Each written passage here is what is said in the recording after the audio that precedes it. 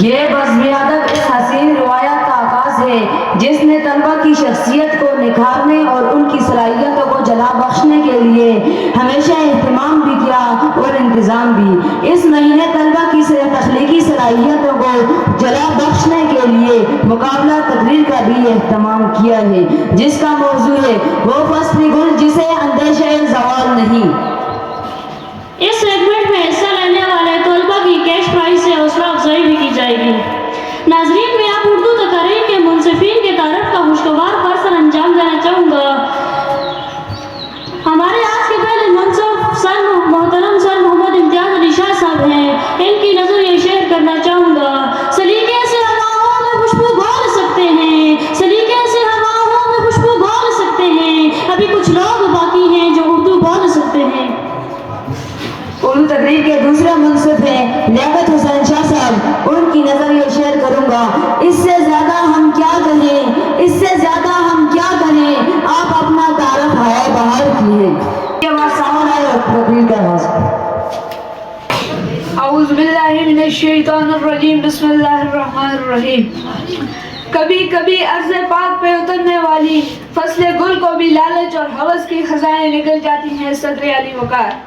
میری سماعت تخیل کسی فریادی کی دکھ بھری صدا سن رہی ہے کہ میں غلامی کی زنجیروں میں جکڑا ہوا، غیروں کے ظلم و ستم کا شکار۔ پھر میرے وفاداروں اور مجھے آزادی کی نعمت دلانے والے جانثاروں نے میرے لیے اپنی جانوں کا نذرانہ دیا اور اہلکار قدرت نے مجھے آزادی کا پروانہ دیا۔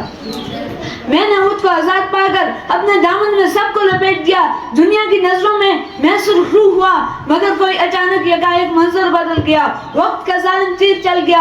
مجھ سے عہد وفا کی قسمیں کھانے والے اپنے ہاتھوں میں زہریلے سانپ لیے ظالم سپیرے بن گئے۔ مجھے سنوارنے اور سجانے والے مجھے توڑنے اور بانٹنے والے بن گئے۔ میں ٹوٹ کر دو ٹکڑوں میں تقسیم ہو گیا۔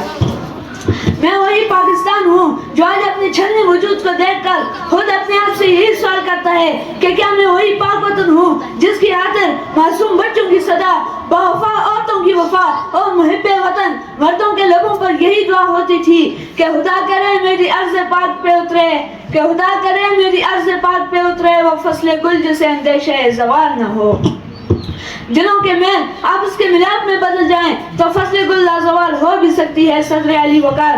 ہمیں اس فصل گل کو حیات الافانی بخشنے کے لیے عبدالستار ایدھی کے روپ میں انسانیت کے لیے جینا ہوگا، مریم مختار کی طرح ہواؤں میں اڑنا ہوگا، مولانا طارق جمیل کی طرح دینی تعلیمات سے لوگوں کے دلوں کو روشن کرنا ہوگا اور ایس پی بانو کی طرح بنت حوا کا محافظ بننا ہوگا کہ بس ایک حقیقی حب الوطنی کی ادا چاہیے اور دل سے نکلتی ہوئی سچی صدا چاہیے اور امید کو یقین میں بدلنے والی وفا چاہیے۔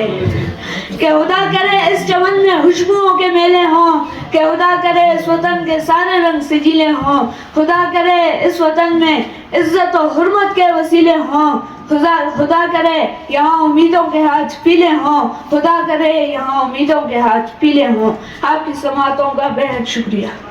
اندھیرا علاقوں کے چاروں جانب اندیشہ زوال کی مانند پھیر رہا ہے۔